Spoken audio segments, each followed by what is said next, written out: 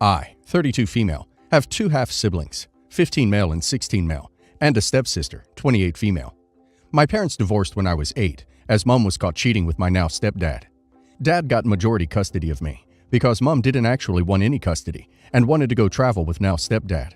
Stepdad walked out on my stepsister, at the time 4 years old, and her mom who was in the middle of treatment for cervical cancer.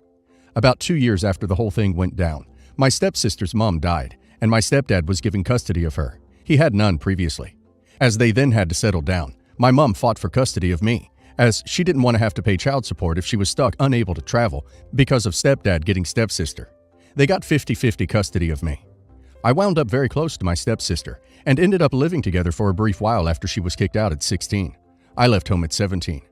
I've never been close to my younger half-brothers, largely because Mom and stepdad spoiled them constantly and made no secret of the fact that I and stepsis were intruding on their perfect family.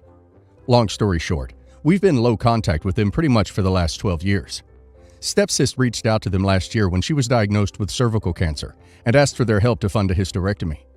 They told her that she deserved her diagnosis for forcing them to stop traveling, and stepdad told her that she was going to die alone and miserable like her mom. She's been no contact with them ever since.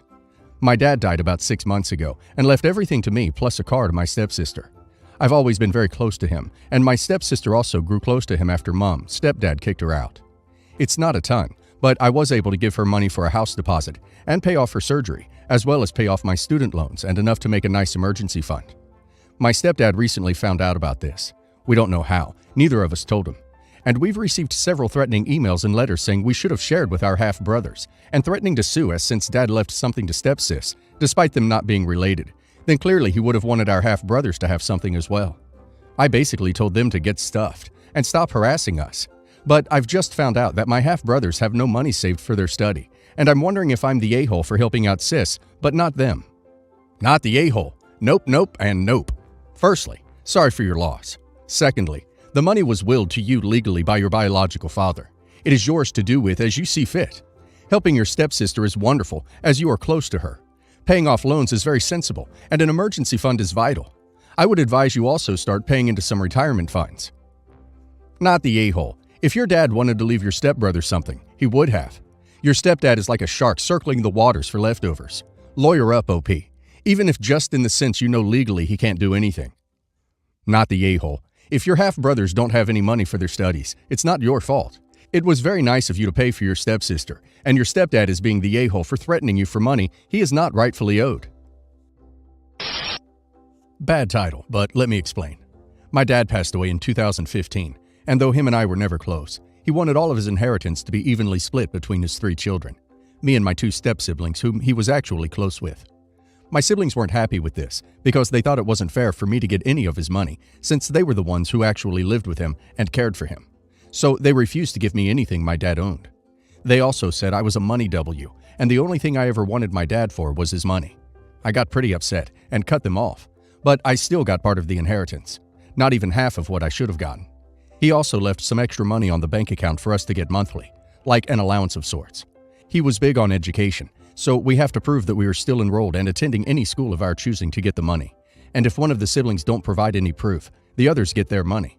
Example, everyone usually gets $500, but one doesn't provide proof 1 month, so the 2 that did get $750. So now my stepsister called me begging for me to give her the extra money I got, because she wasn't able to get the proof to the bank on time, and she can't afford to pay for some of her extracurriculars without the money. Her brother said he was willing to give her the extra money he got, but she said it wasn't enough and needed to have the complete amount or she'd have to drop some of her classes. Note that the money goes solely to her. She lives with her mom, so rent and groceries aren't a problem for her. She also doesn't have a job, and I think her mom gives her an allowance as well. So she says the only thing I wanted from my dad was money, and then, after more than 5 years of no contact, she calls me to ask for money.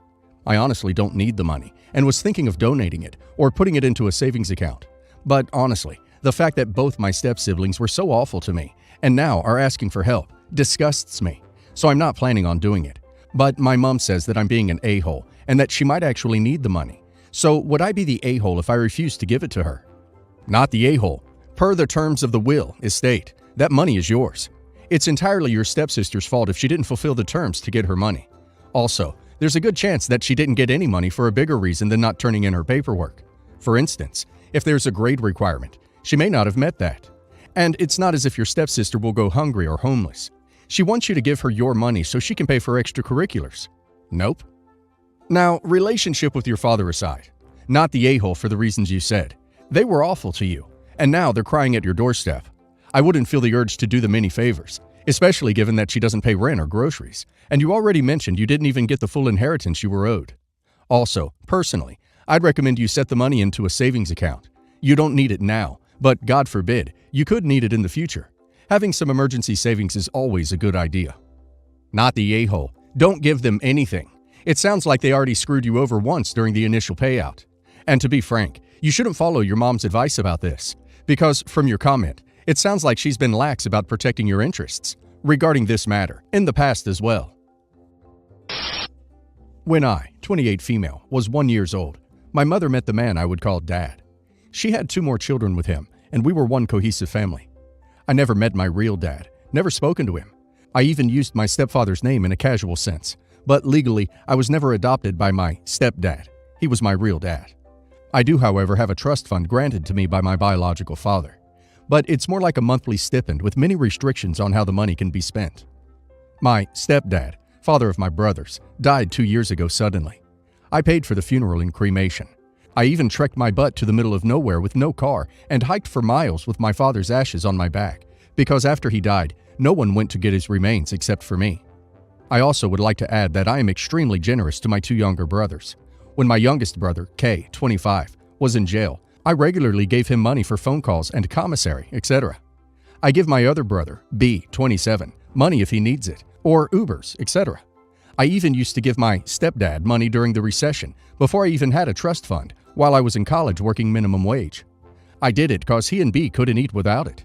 B was going through a bout of depression during these years and didn't work. Now, I've had to move out of the city for virus reasons, and the economy is just trash, to my dad's house he had when he died. My brother K lives here with his girlfriend. Today, he told me I need to be out by January. I told him I will be out as soon as I get my portion, 1/3, for the house as we had always discussed. My brother said I'm not technically on the deed because I wasn't technically my father's child, and that I have my own trust fund and don't need the house money. I'm appalled and hurt. My mother is fuming angry with my brothers, while they feel they are perfectly right. If my stepdad was alive, this would never be happening. My brother's reasoning is that because I have the monthly stipend from my biological father, I do not need the money for the sale of my stepdad's house. Edit. My parents divorced in 2011. There was no will because his death was so sudden. Edit 2.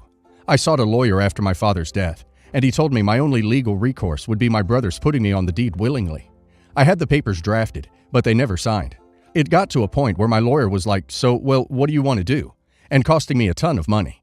My brothers acted like they were lazy to sign the papers, but gave me their word they would give me my fair share once the house was sold. So, yeah, 2 years later, turns out that was a lie. Not the a-hole for wanting what you want, but you really need to check into your rights. This is 100% a law-driven issue. It doesn't matter what you want, or what your brothers want. What matters is what you are legally entitled to. Nobody here will be able to tell you that. You need to consult a wills and estate lawyer. Not the a-hole. You're not an a-hole, but you're also not legally entitled to the house. This sucks because your brothers should have your back, but they don't. At this point, all you can do is keep your dignity intact and drop it. It's your call to keep in contact or not, but don't give them any more money. They've shown where this relationship ranks for them. Apparently, just below 1/3 of a house. Take it at face value and let it go. Not the a-hole. This was an extremely ugly thing for them to do, given your comment about Virginia and that you paid for the funeral. Have you considered making a claim against the estate for the cost of the funeral, as Virginia has some rules regarding that? Go to a lawyer with anything you have documenting that you paid for the funeral, and anything that shows the heirs knew this. The signed but not notarized agreement to the deed will assist in this. I'm 27, and I have one sister who is 26, and my parents are together still. My best friend since middle school is Houston, 27 male. Our junior year of college, my sister and him started dating. I was pissed at first, but came around to it because how serious he was about her. They got married back in 2017 and had a kid in 2018. I was a very proud and involved uncle. Everything was great till like 2019, when my sister had a falling out with her friend who then told me that Houston's kid wasn't his.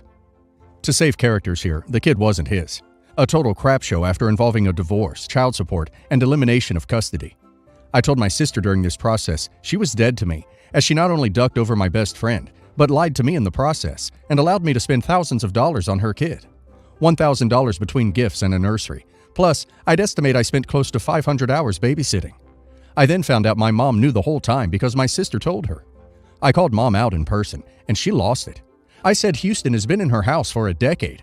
How could she lie to him and defend my sister? She never has held my sister accountable. She told me to shut up because a parent will defend their kid. I called her a bad person who raised a crappy daughter who now has a child without a father.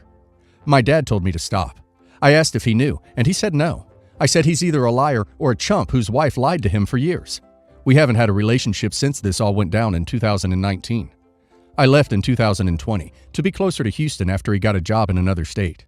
I met my fiancé through his girlfriend, and our wedding is slated for 2024. My dad saw my engagement post on Houston's Facebook. I blocked all my family and reached out to Houston, saying how he's been sick and wanted to repair our relationship. We've been doing that slowly over the past few months. He was sick for a time after I left, but is now better. He said my mom is distraught, but her pride won't allow her to apologize. My sister is apologetic and wants to reconcile, but I don't care about that kid or my sister at all. He understands why. The whole reason for the post is Dad wants an invite to the wedding. He's getting old and doesn't know if he will get sick again, so he wants to repair our relationship. I told him that if he were to get an invite, it would be solo. He said that will lead to more drama and thinks inviting my family would repair some of the damage. I said the damage isn't mine to repair. He married a crappy person and raised a crap daughter, so those actions are his to deal with. Since my sister now lives with him and has no money, he's responsible. I said I'd charge $1 an hour for the babysitting. The nursery was $1,000. So if he wants to be invited, he will need to send a check for that. He said he will think it all over and let me know this weekend. My fiancé agreed I should be paid back monetarily for the money I spent under false pretenses. Am I the a-hole? Edit. For those asking why I feel entitled to money, I went above and beyond for this kid because I thought he was my best friend's kid. I never liked my sister all that much. I would never have invested the money I did if I knew. You're the a-hole. None of this is on your dad. Your reasoning is bananas and a bit unhinged. You're the a-hole. I'm just going to address your direct question because the messiness across this situation is out of control.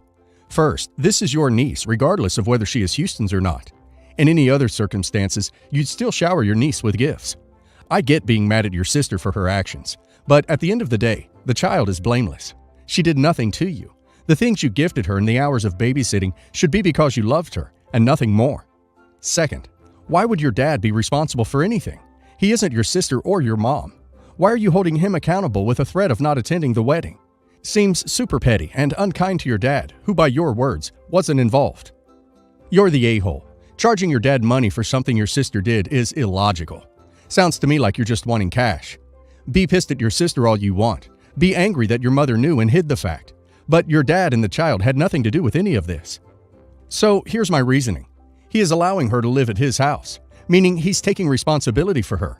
He either lied to me or is staying married to a liar. He did other petty things to me once I left as well. At some point, he needs to pay up or make my sister do it. I have a brother and a sister. My brother is a criminal. I don't mean possessing a small amount of D for personal use, stealing a pack of gum, not paying parking tickets kind of criminal. His crimes aren't small-time things. The first time he ever got arrested, I was sure it was a mistake. I paid for a lawyer for him, and I truly believed he was innocent. I couldn't wrap my head around my brother committing those crimes. When I actually saw the evidence, and my brother admitted everything, I was gutted. I even thought this was a one-time thing, and my brother would never do anything like that again. But I was wrong about that too. He got arrested again not long after he got out of prison the first time. He's been to prison several times since then. It got to the point where I no longer talk to him. He won't change, and I can't stand the things he does. I still have a relationship with my parents and my sister, but I won't be around my brother now. I looked up to him, and it kills me what he's become. I'm getting married soon. It's not going to be a huge affair, but my fiancé has a relative whose property spans several acres and who offered to host the ceremony and reception. Her relative was very generous, and we are taking up the offer to have our wedding there. My parents and my sister are pressuring me to invite my brother, especially my dad and my sister. They are asking me to do it for my mom's sake because she gets upset that two of her children don't talk. They're also invoking family unity and saying that my brother is one of only 4 relatives that I have and should be included. I don't want him around my fiancée, her family, or our friends, and I especially don't want him on her relative's property when it was a generous offer to have our wedding there. I'm getting called a rotten sister for not putting my feelings aside. I'm getting lots of pressure. Even though my parents and my sister aren't involved in paying for or planning the wedding, they are adamant about family unity and are pressuring me to change my mind and invite him to the wedding next month, even if I don't talk to him on the day. Not the a-hole. Your family is clinging to illusions about your brother, and his absence at a milestone event threatens to shatter that illusion. But you are not the a-hole for being realistic about your brother and for refusing to play along with the family illusion about him. It's pretty galling that you are asked to put your feelings aside on your own wedding day, but your brother apparently can't put his own feelings aside and stop being a damn criminal. That's not family unity. That's family dysfunction. Have security at your wedding, because I bet your parents would bring him, thinking that you wouldn't cause a scene by throwing him and them out. Not the a-hole. Not the a-hole. Your wedding, your choice, no matter what happened. But especially if he refuses to behave himself and you can't trust him. If they don't stop pressuring you, maybe tell them that you don't want them to choose sides. But if they show that your brother is more important than your happiness, maybe they should stand with your brother and don't come to the wedding.